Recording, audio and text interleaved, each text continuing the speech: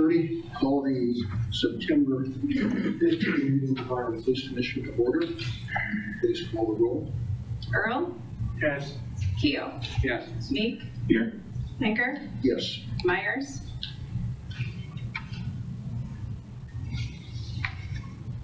Does anyone wish to offer public comment?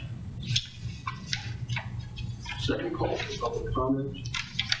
Final call for public comment. Next, does anybody have any correspondence for the commission? I have distributed to the commissioners several items related to police and fire department operations. We have a page describing an effort from the Duluth, Minnesota Police Department converting a used school bus into a community engagement and contact vehicle. We have information about Ford Motor Company's pursuit-rated pickup truck. We have, as I did last month, line of duty deaths in the fire services reported in Firehouse. For the ones listed, please note that, once again, cardiac events appear as a common item, and of course we have the COVID deaths. In addition to that, I don't have a current total for the month, but looking at total line of duty deaths in law enforcement in the year 2021, there are 255, 144 of those were COVID related, and 43 vehicle related incidents involving crashes, vehicles on the highway, and officers being assaulted by people using motor vehicles. Any of the commissioners have any comments? On the back of the last page, Yep. you've got 1 through 6. What are those 1 through 6? Those are the footnoted departments. All right. And there is a department, Mountain Warfare. Fire department, yes, Thank you. in Bridgeport, California. Okay, next item, approval of the minutes of the August 11, 2021 regular meeting. So moved. Second. We have a motion and a second. All in favor of approval? Aye. Approval of the minutes of the August 25, 2021 special meeting. Seek a motion on that? So moved. Okay, motion by Mr. Meek, second by Mr. Keo. Any discussion, questions? All right. All in favor, say aye. Aye. Opposed? Item number 6, approval of the minutes of the September 3rd, 2021 special meeting.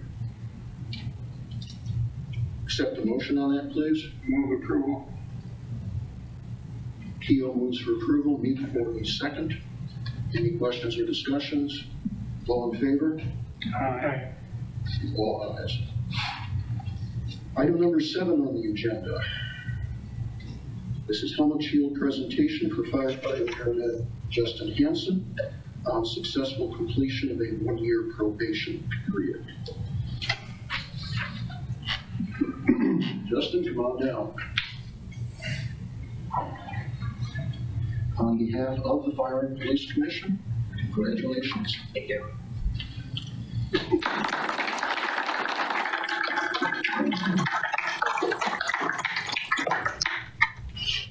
Next item, Chief, would you please introduce the new firefighter paramedics and the new firefighter EMT? Yes, so I actually have them come up over here.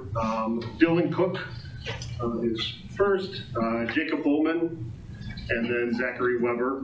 Dylan comes to us as a firefighter critical care paramedic. He worked with SAFER in the Wausau area. He still is with Spencer. And quite a bit of experience as a medic and a critical paramedic. Very excited to have him here. And then Jacob Bowman is a new graduate of the paramedic program. He previously worked for Beaver Creek here in the city, and he also is a firefighter, and we're very pleased to have him here as well. And then Zachary Weber came to us from the Nakusa Ambulance Service, where he served as an advanced EMT. He is currently finishing his paramedic testing and in fire class. He moved up here from Las Vegas. Oh, I think the weather might be better in Las Vegas coming up here soon. But anyway, we're very happy to have him here as well. So for these three gentlemen, I ask for your approval. Do I have a motion? I'll make a motion to approve the three firefighters as presented to us. Second by Steve. Roll call vote, please. Earl, Yes. Theo, Yes. Mink, Yes. Pinker. Yes. Okay. Deb, would you come forward and administer the oath of office? I would like to note to everyone that these three guys are wearing ties. That's a big deal to me. I don't know. That's extra points. Okay. Can you raise your right hand? Say aye. Aye. Pronounce your name and repeat after me. Do solemnly swear Do solemnly swear that I will support the Constitution of the United States, that I will support the Constitution of the United States, the Constitution of the State of Wisconsin, the Constitution of the State of Wisconsin, and the municipal code of the City of Marshfield, and the municipal code of the City of Marshfield, and will perform the duties and will perform the duties to which I have been selected to which I have been selected to the best of my ability, to the best of my ability, so help me God. so help me God. Congratulations.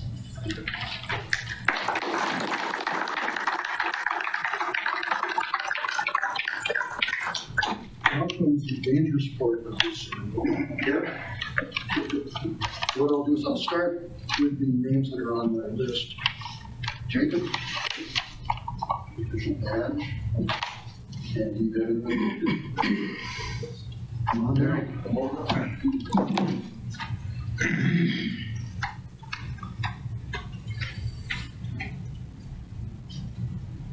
Keep it right there. Straight in your Chance.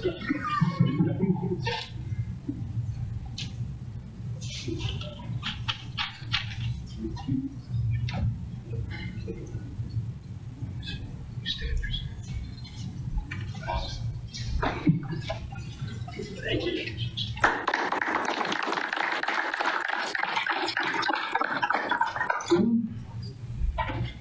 You got something?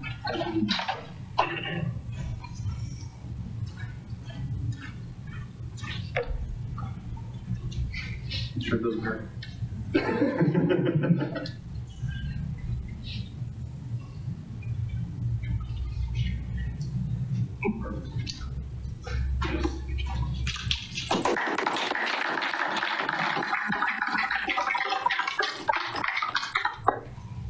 And Mr. Weber? You got something? Chief will do this. Chief gets to stand there. That's good.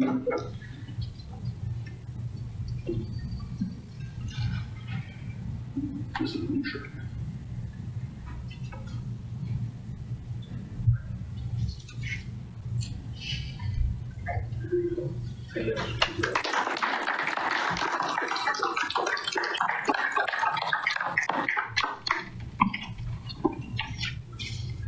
Next item on the agenda is approval of fire department bills.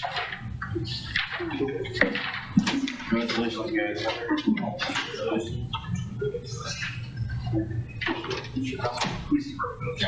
Oh, excuse me, police department bills. Okay.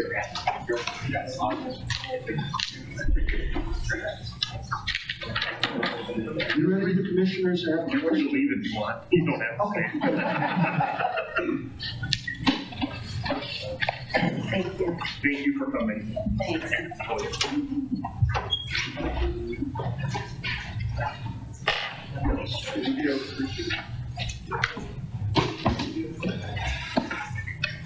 Yeah, I have one.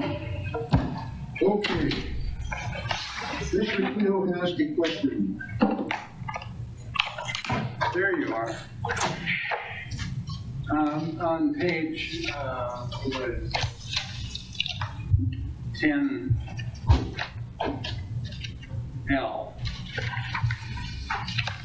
It's $4,500 for 75 bricks. Yeah, that's a procedure that replaces bad parts of the building. We periodically do that. That's budgeted for, we call it nip tuck or something along that line. Point out. Or, point tuck. So that's what that is. So it's not just the bricks, it's the work of replacing. Correct, yeah, we didn't pay that much for 75 bricks.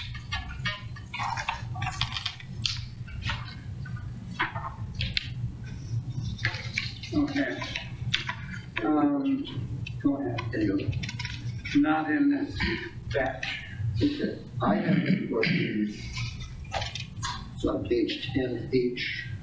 It's $50 for interpreter services. Now, is that a brief consultation, or do you have a case that requires sign language interpretation? That'd be for April Thompson.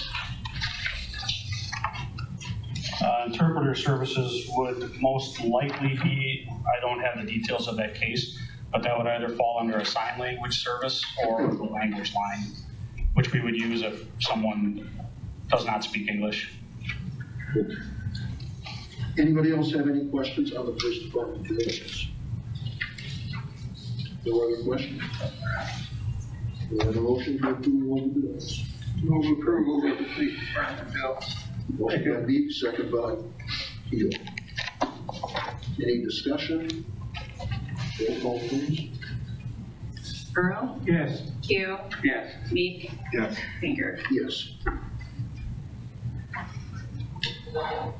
Item number 11, approval of fire department bills.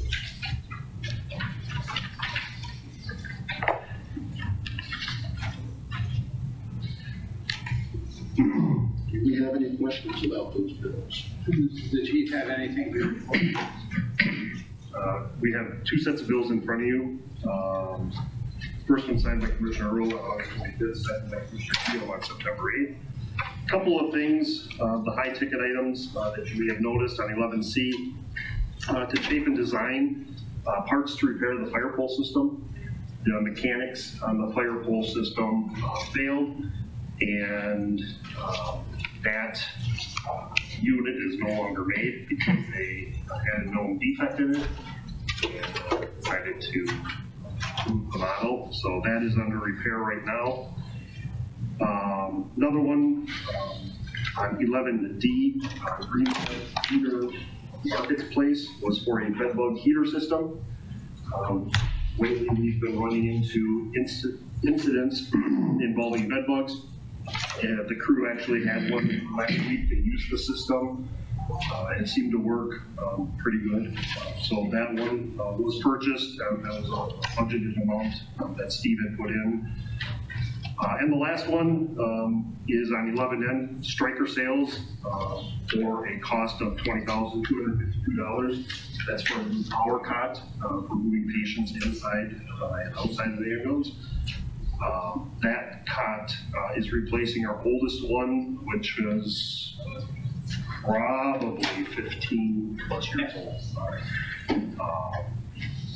This new cot, latest and the greatest, and works with our power load system.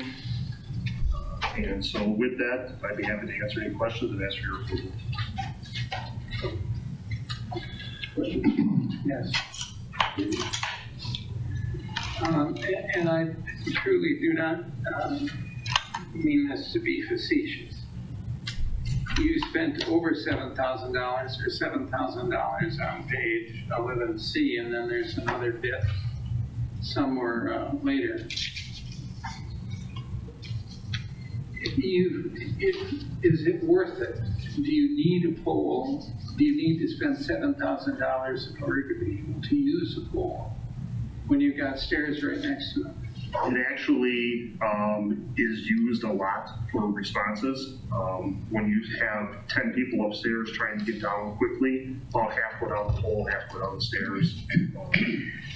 And without that, it would basically seal up that pole. We wouldn't be able to use that pole at all. And it's even more for a safety perspective because that floor, even if the floor were closed, it's not rated to be stood on. And this way, it'll be in full operation again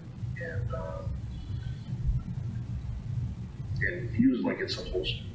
You know, I'm a little confused because, you know, even when I was growing up, there were movies and pictures of guys in firehouses sliding down a pole. There was no, you know, there was a fence around it, and guys stepped in and went down.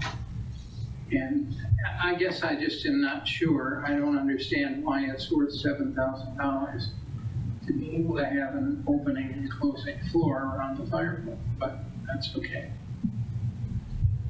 Like they say, our crews do use it a lot. They use it to get down because it is a lot quicker. Well, and if that floor that opens and closes were not there, could they just step out to the pole and go down like generations before them did? They could, but generations before, they've had a lot of injuries because of them, because people wander, because they don't pay attention. There have been, and there are many fire departments that have their fire poles in closets, and if you get a sleepwalker, it's happened. They open up the closet door in the middle of the night and they fall to the apparatus floor. You know, so having the floor work is an important feature. But it is something that we feel is important, and you know, not even for response, but when we look at public relations, the kids when they come in for tours, we always have to send firefighters down the pole because they all love it, and so it's always a highlight of the tour. And along with the tours, having children and kids upstairs, sometimes we have groups of 30 plus. So having that pole in an enclosure like that keeps them from accidentally stepping through there as well. The other part of it is if we don't repair the mechanics of the gate and pole and everything else, there's going to be a hole in the floor. So that would have to be repaired at that point as well. I'm not sure what the cost of repairing a large hole in the floor would be, but I can't imagine it would be very cheap either. So that's kind of why we went with the decision to just repair what we have in place and move forward. Okay, thank you. Another quick question, more for me to learn. On 11 BCDE, the very bottom of the page, 5 cylinders of 14 CF medical oxygen, 2 cylinders of whatever, for 156.68. Does that mean that you've got the cylinders and this is filling them?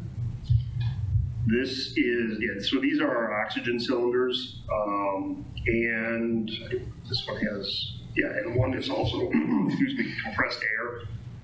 And so what we do is we have an agreement with Mississippi Welders that each week we do an inventory of what our oxygen supply is. And if we need oxygen, we call them and they come and they'll swap out either the small cylinders, the big oxygen cylinders, or we'll get a compressed air if we need. And that's what that all is. That's all. We don't have capability of filling oxygen here. That's all done through Mississippi Welding, and we rent all of the cylinders. Because that's the only thing on this list of bills that struck me as being cheap.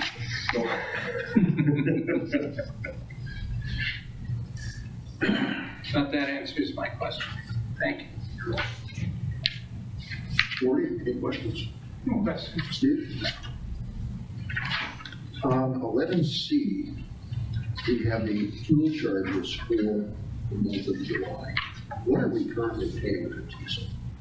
Oh, whatever city garage tells us. Oh, okay. I honestly do not know. I know it's less than what it is at the pumps. That much I do know, but Okay. I don't know the exact answers. Now, you contract by year, is that right? The fuel charges. Well, yeah, we fill up at city garage. There's no contract or anything with city garage. We just do it and they bill. Everybody's got their own PIN and ID, and every month we get a bill. And it's always, I'm always glad to see that it's the fire department's and not my gas bill. But Yeah, okay. Dan, over on page 11E, is a mid-state truck service called the drain fuel tank in truck 1. yep. Did we have a problem? So yeah, crews, they went out to the training center to do some training with our new guy, and they had to fill up diesel exhaust fluid, or DEF.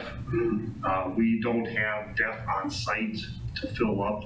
We have enough to top off if we need to, but they went over to Weiler's on 4th Street to fill up the DEF, and through the firefighters' error and not really paying attention to, he started filling the diesel tank with DEF. And luckily, they didn't start the rig. They called the shift commander right away, and the truck actually sat out of service overnight at Weiler's. If they would have started and run the unit with DEF in the fuel tank, it pretty much would have blown up the engine. So Mid-State truck went over in the morning, drained it, and they refilled it, and it's working fine. Okay. Approval of fire department bills. Motion to approve. Motion by Earl, second by Steve. Call the vote, please. Earl, Yes. Keo, Yes. me, Yes. Baker. Yes.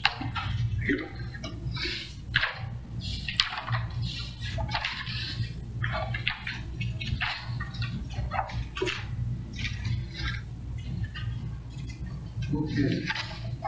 Police Department activities, training, and correspondence. Chief? All right, looking at the activities of this month, nothing jumped out at me as overly noteworthy. Typical run of gamut of meetings and trainings, but I would certainly be happy to answer any questions and would look for them to be placed on file. Anybody have any questions?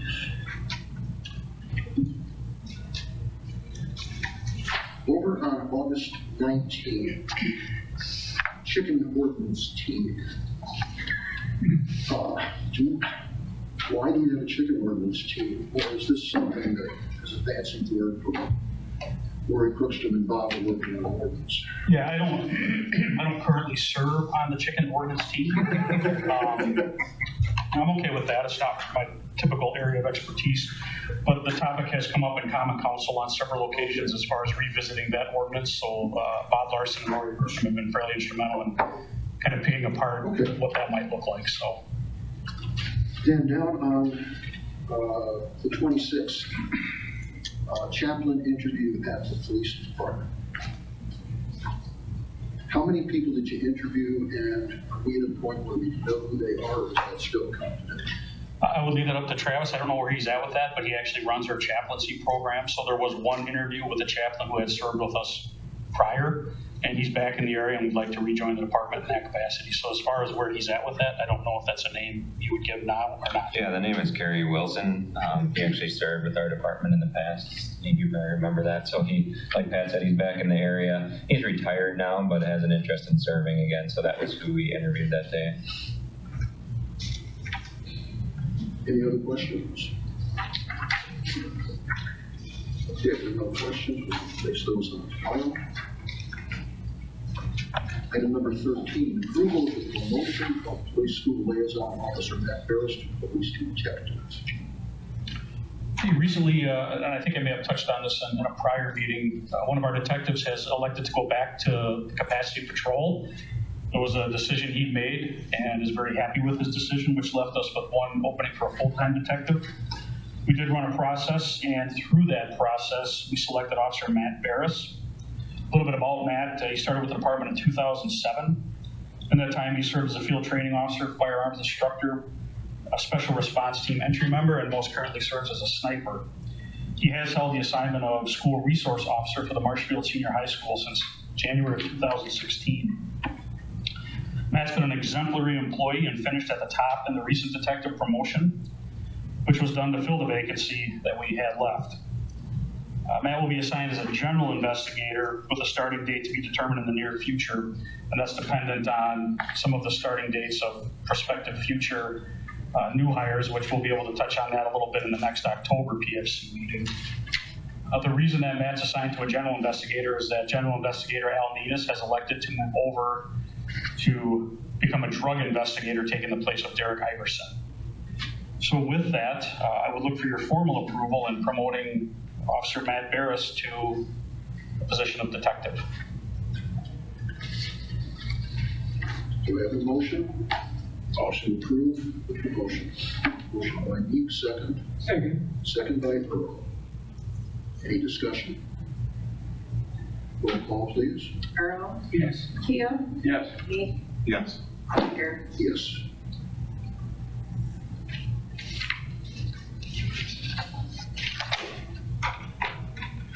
Continued discussion on the police chief recruitment vendor number 3. Jen, you want to start? Sure.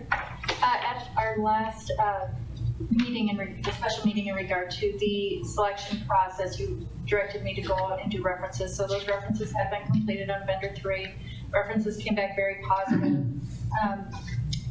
They were described as exceptional. They were described as thorough in the process. They talked about the fact that in the cases where they had worked with the vendor, that the candidates that were selected were a perfect fit for their position. They talked about the assessment process and evaluation process. I did ask specifically about that because I know that is one of the areas. Both recommended it, said it was a great vetting process to ensure that they were finding a candidate that would fit right with their communities. I did ask for communities that were similar to Marshfield based on their reference sheet, and were able to contact them. One of the organizations indicated that they had filled the position about 3 years ago. They're extremely pleased with the candidate that's in the role, so much to the effect that they have a new opening coming up for it was a police chief they filled, a fire chief became open, and they're not even going out to bid. They're just gonna work directly with vendor 3 based on the placement and the experience they have, and they were strongly recommended by the individuals that I talked with. So I have no concerns with the references at this point.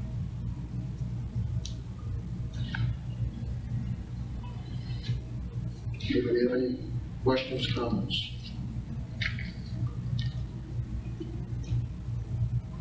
Steve and I were at the interviews. I believe it would be safe to say we were both impressed by their presentation.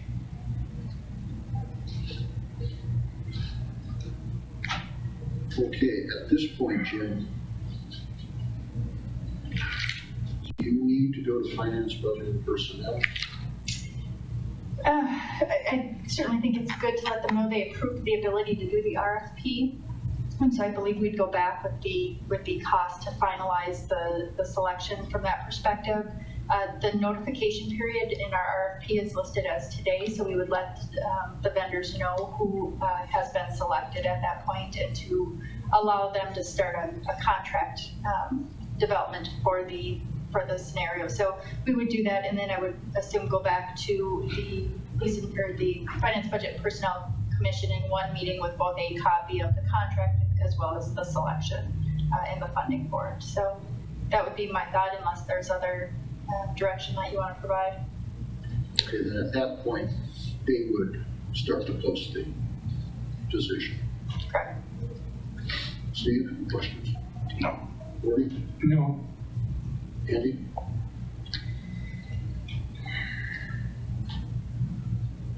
And at this point, we think their cost is going to be,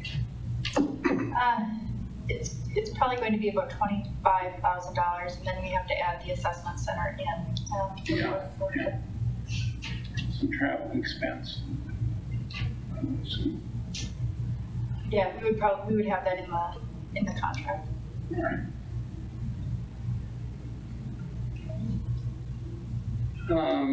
That's fine. Okay. We're okay. Okay. Moving So, forward. head for finance, budget, personnel. Perfect.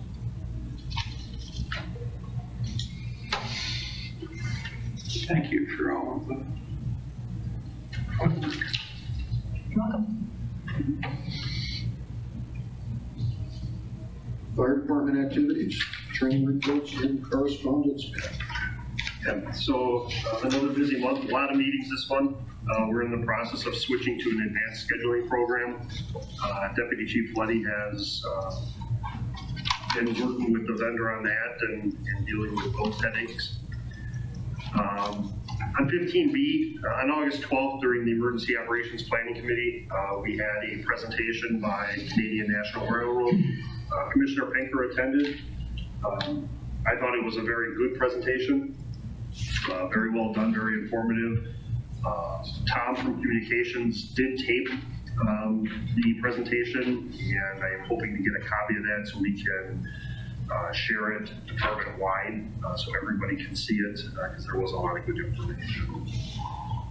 On 15C, on August 31st, we did a joint training session with the PD at the Marshfield Clinic South Building. We did an active shooter event. Rescue Task Force is something that we've been working with the police department on for several years now. We had students from the mid-state paramedic class and law enforcement class as victims scattered throughout 3 floors. It was a very good training session. It was actually 2 days, the 31st and the 1st. I learned a few things during that drill, as did everybody. I found a few things very, very interesting. But other than that, thanks to Steve and Travis for setting it up. And I never realized how intense Libby can be. But it was awesome. It was cool to watch. So with that, the monthly statistics are in there. I put in quite a few this month, kind of a mid-year recap to see where we're at. And happy to answer any questions and that you accept and place on file. Gentlemen, any questions? No. On August 20, we were at the Laird Building to discuss lab safety data, et cetera. Is that bio and chem, bio only? I'll let Pete talk about that. He had a meeting with the safety person there. Yeah, so the safety person for Laird Building, which is a new position they just created due to a few incidents they had up there, actually reached out to us. And she had initially it was a fire extinguisher training for their employees. We're happy to provide, and we're going to be starting next week. But it evolved. I pulled Deputy Chief Clemens in there as well, and Deputy Chief Weiland, and we had a discussion via Zoom with safety person. It evolved from fire extinguisher training into a whole walkthrough of the Laird Building.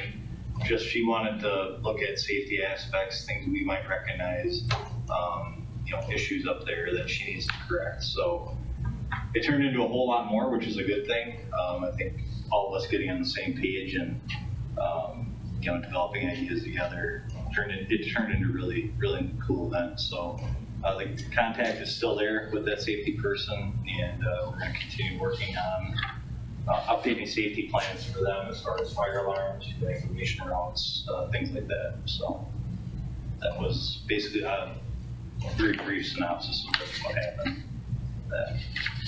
What kind of labs do they have up there? Scary ones. They handle some very some stuff we don't want to want to get into. But thankfully, that's double secured. So it's really, really difficult for that to escape. If they do have a spill or something, they have large stacks that are, I believe, 6 or 8 feet high on the roof of the building. So, you know, if something spills or whatever, that does get ventilated out above everybody, hopefully out into the atmosphere, so it doesn't. Is that what they call level 4? Pardon? Is that what they call level 4? Yes. Yes.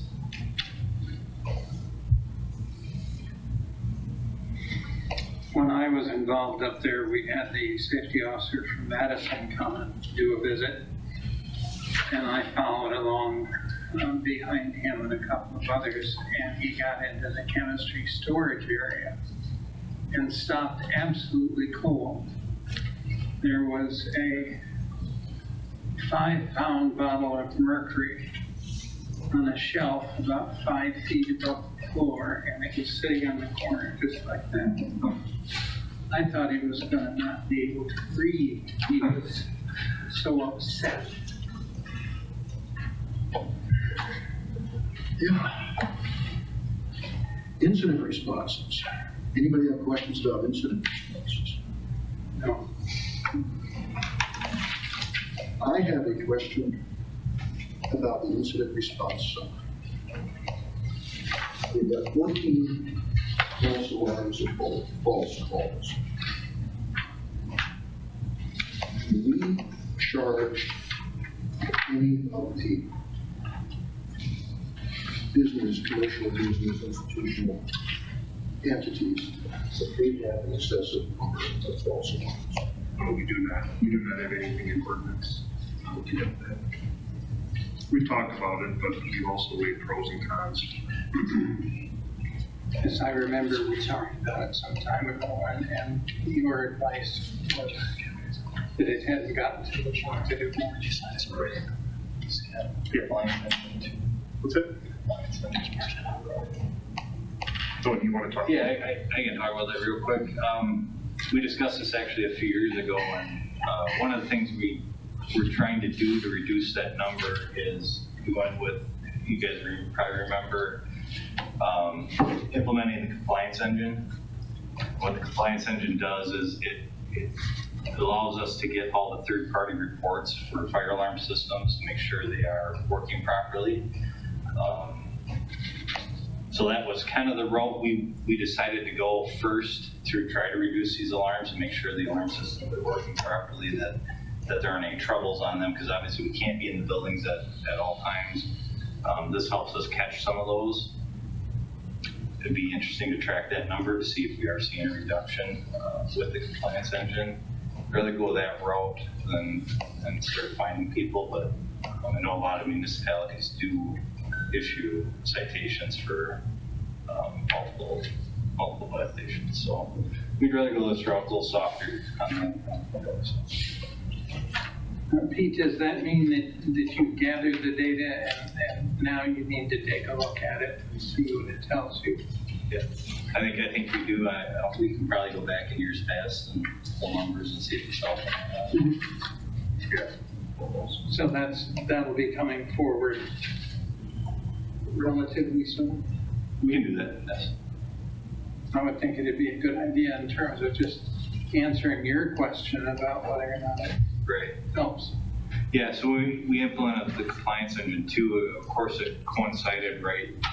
It was April of 2019 we went live, and we all know what happened in March of 2019. So a lot of the third-party testing companies weren't getting out there and into the field because they weren't allowed to. So we're trying to gather our data and get that accurate. So. Always some excuse, right? Right? When these alarms come in, are most of them coming in from an alarm service, or do any of these get sent directly here? They all come in through some type of an alarm company through Woodford Dispatch. Like per alarm? Yeah, for our sublots, whatever it is. And for whoever put together the pie chart for intercepts, thank you. It is really revealing to see who the greatest users of intercepts are. Yeah, and so those, what you're seeing for the intercepts, those are completed. Those aren't even ones where we were called off en route. Called off, we're not called off a lot, so the numbers aren't that much different. Sorry. I know from listening on the radio, Central Fire and all those, they always seem to be on here. Yeah, they're our busiest ones. Why Owen with the, I wondered that. Clark County Healthcare Center. Oh, sure, okay. And Central Fire, that's gonna be the nursing homes in Abbotsford and Colby. Abbey, Colby, Dorchester, Okay. Central Fire. So, yeah, just, and part of their protocols is if it sounds like it could be advanced care, they activate, they request an intercept, that's their method of action. Okay. If there are no other questions, we'll receive those and place them on file.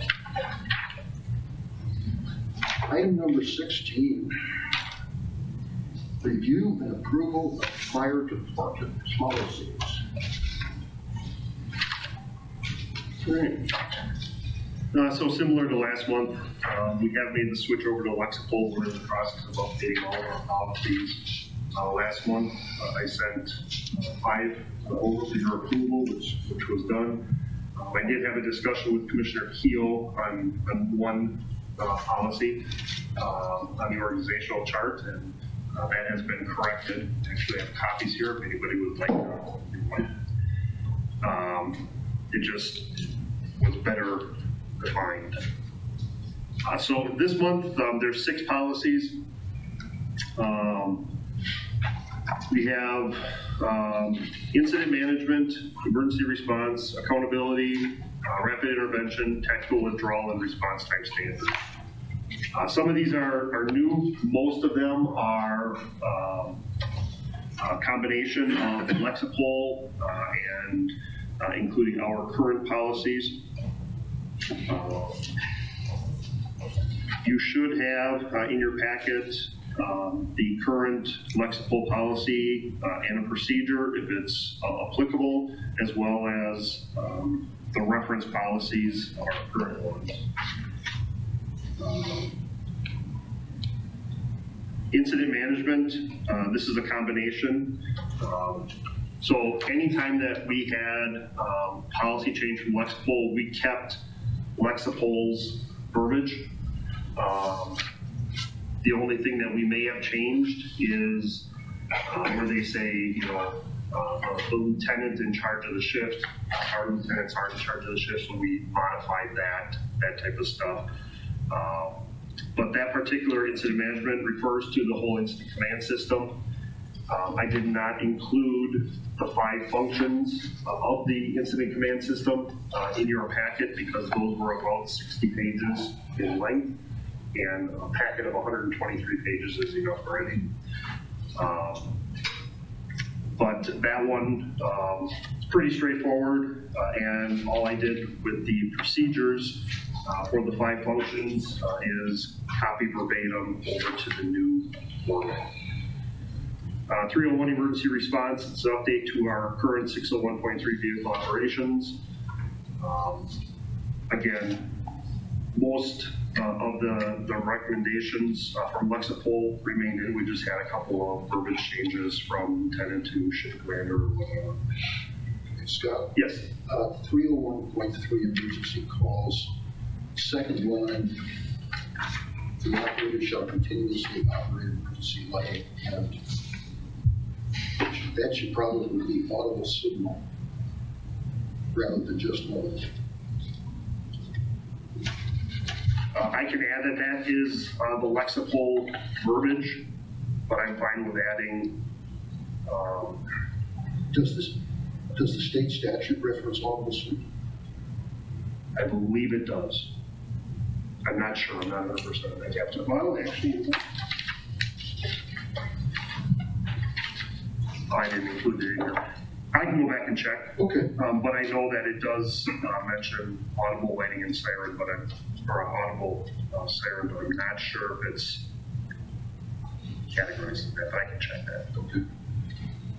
I have another question, being that you're, I have another question for your comment. Under 301.6 for Lexipol in subparagraph E, talks about proceeding past a red or a stop signal or stop sign, but only after slowing down. I think there needs to be an addition of or stopping as may be necessary for safe operation.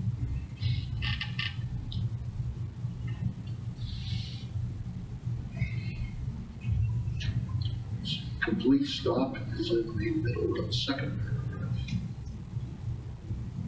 Right, but it's leaving it out of B. Yeah, I can add or stopping. Yeah, they may have to. But Oh, and right above that, during the call, emergency response with lights and audible signals. So they are used. And I'm pretty sure that they pulled those right out of state statute, but there's something that says, that's a good thing to have in. Okay, again, on emergency response, if you guys pull Mavis box, and you're bringing in neighboring departments, does that extra help always respond in apparatus, or do you have people responding? Most times they're all coming in apparatus. Okay, Yeah, we really don't have departments around here that typically respond to us in private vehicles. And once in a while, you may get someone who's in town or whatever, and they respond and they come here or whatever, but most times they're in apparatus.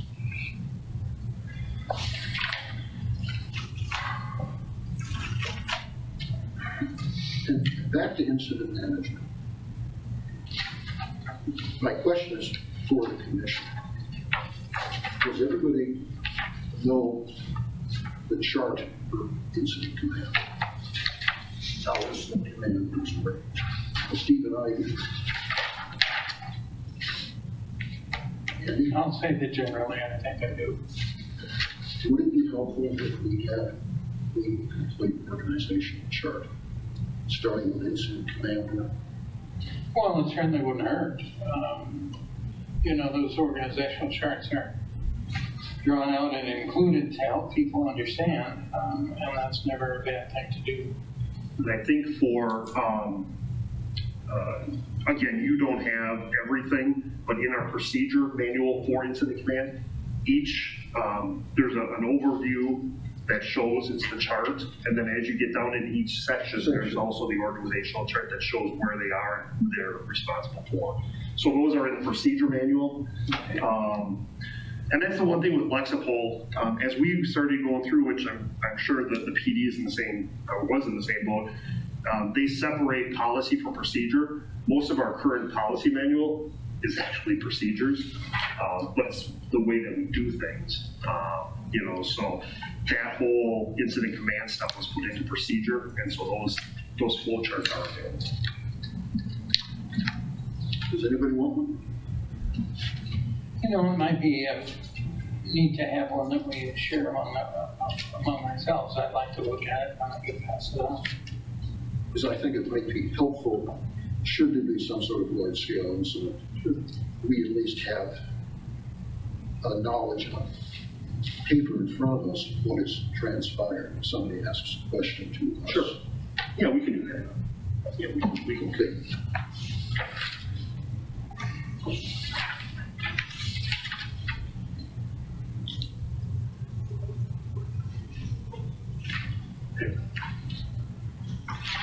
Any other questions on incident management or response? All right. 301 is accountability. The accountability policy is an update to our current one, and it's almost verbatim to what we currently have in the policy. There are some green highlighted sections, and that's to the procedure. Again, everything that we pretty much have in our current manual are procedures, and that stayed the same. I don't think there's any change in there whatsoever. 303. Wait a second. In accountability, what is the form that everybody gets filled out? There's an acronym for it. Personal accountability. Personal accountability, yeah, that sounds good. Who fills that out?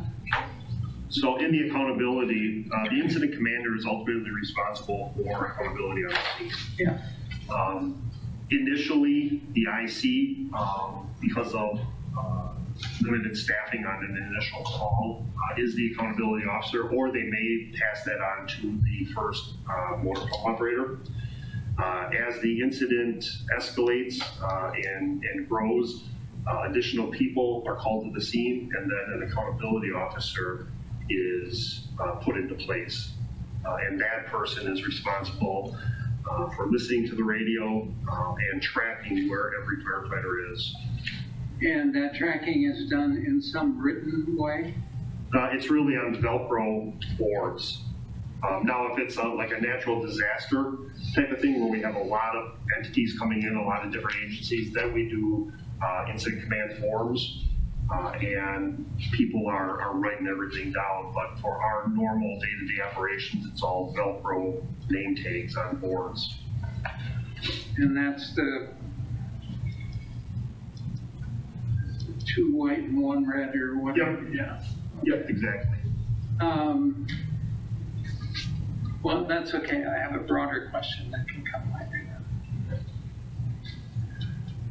Any other for accountability? Rapid intervention, 2 in, 2 out. So this is an updated policy, several references to our current one. Again, our policy, our current one is 606.3 Mayday and RIT. And really the only updates we made to the electrical policy is to reference our current procedures in the procedure manual. Questions on RIT? Yes. Okay. 16D-4, 303.3. Now, I realize that even a small fire can explode into something that's much bigger. And recognizing the hazard of assumption, I assume that if we've got a small fire, say a garage fire, RIT is probably not something that is first and foremost. Again, I'm recognizing the hazard of assumption. Right. Now here, request for initial RIT assignment together with any additional RITs required. My question on this, if we're responding to a structure fire, do we have an automatic first response with neighboring agencies so they can come in and serve as a RIT team? Or we're going to a structure fire and just for general sense, it's large. Do you guys pull a Mavis box so we have an outside RIT team responding? So, yeah, the way RIT works is on an initial alarm, our ambulance crew is designated as initial RIT. We have to have 2 members in place to make entry in case something goes bad right away. On our working still, which we're going to be updating our Mavis cards and probably removing our working still. The working still calls in 7 people off duty. That's all it is. Our box alarm is one that we go to more often than not, and that's a voluntary call for all departments. Plus, we get Hewitt coming in, and they may come here or to the scene, depending. And then we do have central RIT and rehab. So central RIT and rehab is comprised of like 7 departments: Richfield, Pittsville, Lincoln, Hewitt, Arpin, Vesper. It's probably it, and us. We're part of it. We're starting to get into it slowly. But they respond sometimes in POVs, in the personal vehicles here, most times in department apparatus. They come in and they will act as the dedicated RIT. And then they also have people that will come in and do rehab on scene for the firefighters. If the commander says that, hey, this is small enough, we just need people to fight fire, we're good, or to clean up or overhaul or whatever, they can cancel central rehab. But those are the ones coming in for our RIT. Okay. So then, on the radio, south of us, we hear Jerry Meyer calling for a RIT team. I think they're frequently, he's calling, I think it's Mark or Vesper. That's really the extension of what you're talking about. Yes. Okay. Yep. On the next page,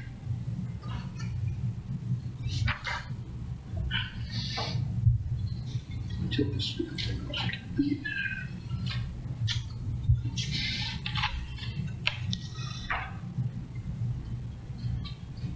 Okay, I'm on 16D-6.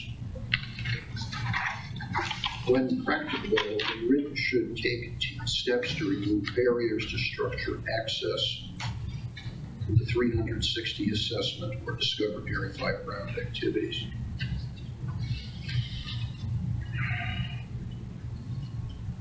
So this would simply be an extra duty for that team. Yeah, part of RIT, they want to make sure that they can get in and get out quickly. So what they do is it's called softening the structure. They'll go in and they'll make a window into a door, or they'll make a door into a bigger door.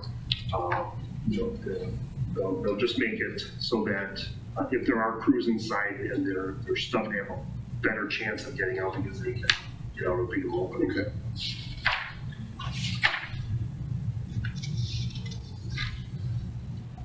I'm over at 16D-11. And this is just a word usage thing. Up there below the first bullet. 11. Once a meeting has been declared, the IC shall request that all fireground communications be held to Mayday-related traffic. Just on wording, request, order, command, is this Lexipol's? No, this is our current policy. Okay. And so that verbiage has been replaced by the Lexipol policy. Okay. Yep.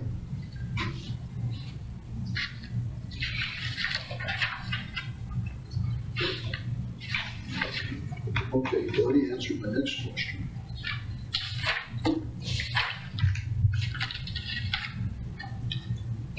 Go with 304. All right, tactical withdrawal. This is a new policy recommended by Lexipol.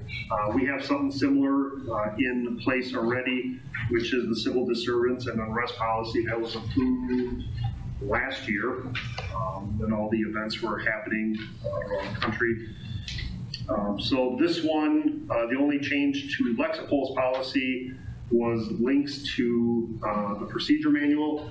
And the procedure manual for this is our current civil unrest policy that you approved last year.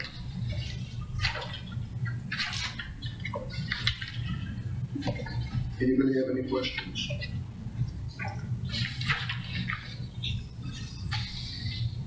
Okay, 16E3.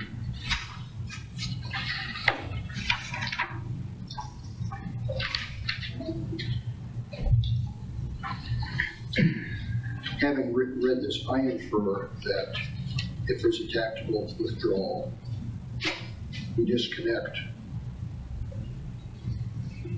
hoses and we get out.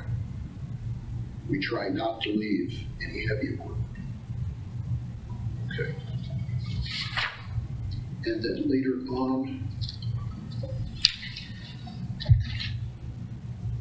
there's a section about hose operations. And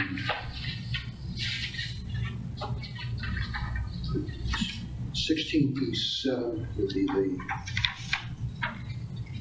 sixth bullet under 308.6. Whenever not in the secured area, hand lines shall be used directly off hydrants.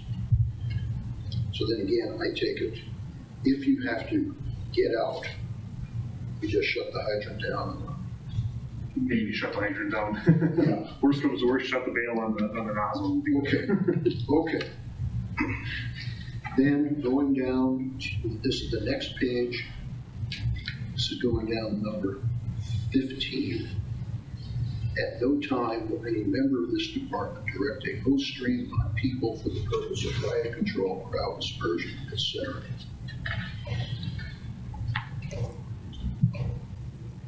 If things get really bad, does this policy preclude using a hose line for self-defense?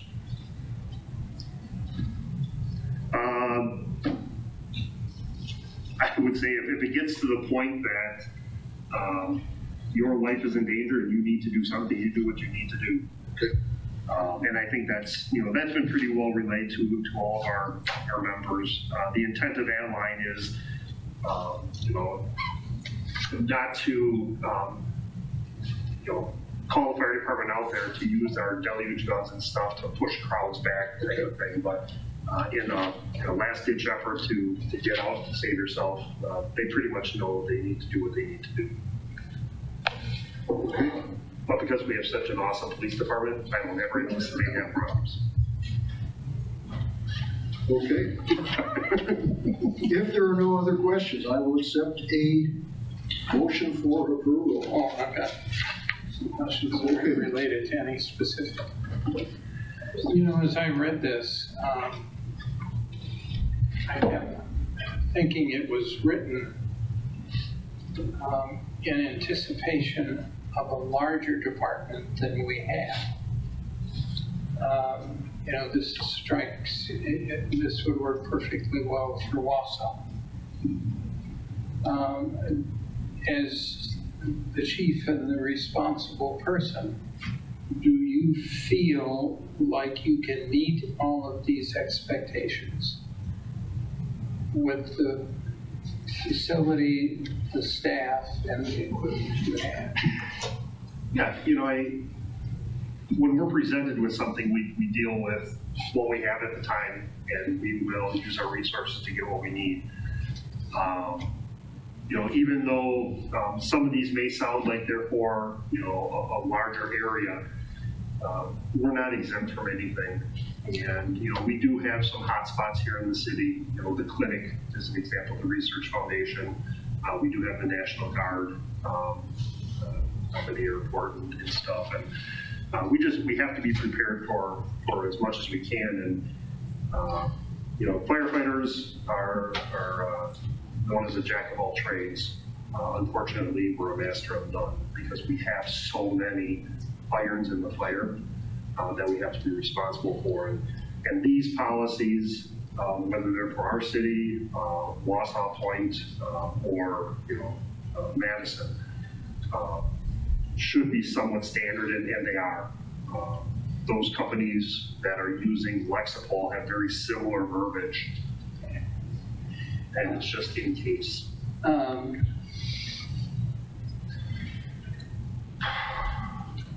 An amateur reading this, I came away feeling that at the scene of an incident, it feels like there are lots of people filling out lots of forms while things are going on. There could be. It depends on the incident. It depends. So if in a normal house fire, car fire, garage fire, whatever, no, we're not filling out forms on scene. Everything is mental. There's references in different policies to creating an incident action plan. On the initial arrival, that's all mental. That's all stuff that you have in your mind. You start pulling back from previous incidents that were similar, and you develop your tactics and strategies based on that. As we start to get into larger scale or specialized, then there is more documentation.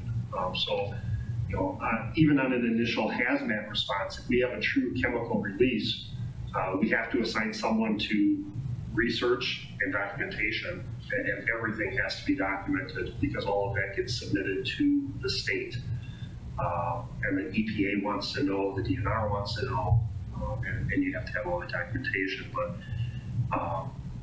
if the incident is of such magnitude that we open up the Emergency Operations Center, that's where all of the documentation happens. The people in the EOC are busy typing away, writing away, listening, and doing what they can from the radio to the paper. On scene, not much is being written down on scene, just because we don't have all the resources to do the time. Yeah, I try and imagine what it would be like if there were something serious going on. You can't take the time to go back to the truck and write stuff down. Well, one of the things that we do is in our first engine, we have one of our tactical radios that can record.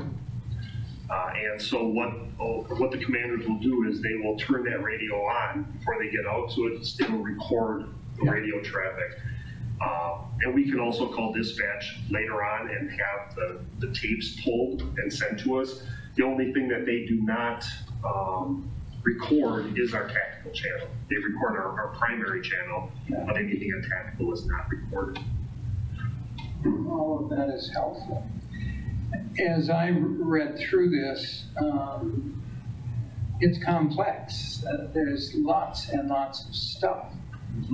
To what degree does an average, typical firefighter have to know this?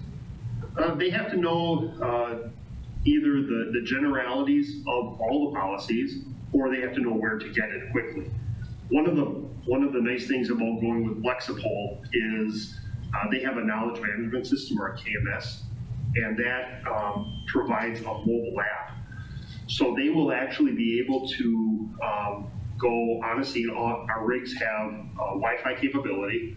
They have computers, so they'll actually be able to pull up policies on scene, either on the computer or on their phone in real time, and say, oh, okay, this is the policy I need. Let's go to the procedure. It'll click on the procedure manual, and they'll be able to see exactly. The other nice thing about this is Steve and his crew are going to be putting the EMS protocols into the Lexipol program. So again, instead of having paper all the time, they'll be able to pull these up on their phone on a scene and say, oh, I have to do this and this, or I have to give this medication at this dose, or whatever. Yeah, well, and that assumes that the firefighters are familiar enough with both the policy and the procedure manuals that they know how to find it. Yep, and they get training on the KMS. So we haven't gone 100% live yet with it, so we're still on the old one, but they get training on it. And the other thing that will happen as soon as we get, I believe they said like 60% of our policies out, is they do something called daily training bulletins. And I don't know, are you guys using DTBs? Yeah. And so what they are is their content experts will come up with a scenario or something and pose questions based on your policies, and the staff has to answer these. I don't know if you guys want to talk about DTBs at all. We haven't experienced it yet, but I've heard that they're very beneficial. Yeah, I push that out at the beginning of every month. It's usually around 30 questions. Some of the policies when we originally went through the manual were removed because they didn't pertain to us, like, for instance, a civilian oversight disciplinary board. So you may end up sending out anywhere from 26 to all 30 or 31 policy questions. And the idea is that the officer does one per day. Not really realistic, but at the end of the month, the expectation is that they have all 30 of them done. And they are just brief scenarios that the officer reads through. And then there is a question at the end. It's not graded. The officer can go back and answer it as many times, because the goal is not to test. The goal is to make sure that they understand the policy manual. So really what it is a continual revisitation of the policy manual. And that's fine. One of my suggestions would have been that you develop an assessment procedure that's used regularly to determine or to ensure, I should say, that the typical guy knows how to get through this stuff. We do have, there's another feature in there, and we went live about 4 years ago. The feature is every time a new policy comes out, the officer has to sign off that they acknowledge and understand it, and then that's date stamped. And then, for instance, recently we did the updates to the drone policy. So when that goes out, that also has a tab that the officer or any employee that it pertains to has to go on, and then they're acknowledging that they understand that policy, and that's all kept right in the system. So for instance, if an incident came up where someone claimed, I knew nothing about that policy, I'm not telling you this happened, but it could. No. You can pull up the time, date that they acknowledged that they were familiar with that policy and that they read it. Yeah. All right, that's, And I think just one more thing, and Pete reminded me of this, you know, when we start our new members, they have policies thrown at them for the first 2 weeks, and then each month of your probation, they're assigned X number of policies. So by the end, they actually go through almost all of the policies and procedures. And our field training officers work with them. So it's the older guys working with the younger guys and refreshing on policies. And yeah, both of the benefits. Yeah, that, you know, I've lived in environments where there are lots of policies, and unless you work with them regularly, you don't remember. right. You know, you keep a kind of broad picture in your head, but the details disappear. And sometimes the details are really important. Yeah, we're really looking forward to the DTVs coming. I think it's going to be good. All right, thank you. That answers it.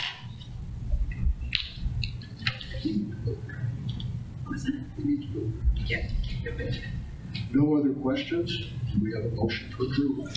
Move approval of the policies presented. Second, please. Second, please.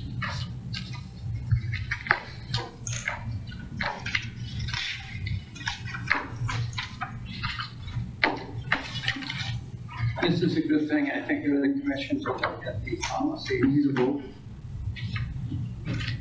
Yeah. Earl, Yes. Keo, Yes. Meek, Pinker. Yes, thank you. Item number 17, adjourn to closed session under Wisconsin statute chapter 19.85, C. Considering employment, promotion, compensation, or performance evaluation data of any public employee over which the governmental body has jurisdiction or exercise responsibility, specifically employee issue under policy number 3.120, reasonable accommodation.